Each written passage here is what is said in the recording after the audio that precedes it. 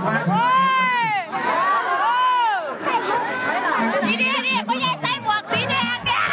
พ่อใหญ่ใส่หมวกสีแดงเนี่ยถ่ายคลิปไว้อยู่ทางหน้าเนี่ยคนเนี่ยถ่ายคลิปไว้อยู่เนี่ย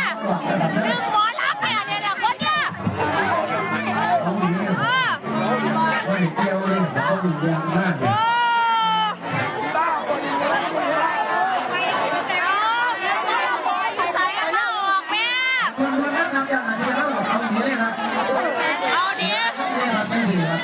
จับไป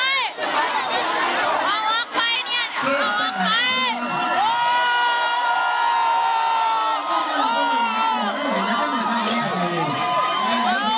เนี่ยเอาไปเลยเนี่ยนี่ละ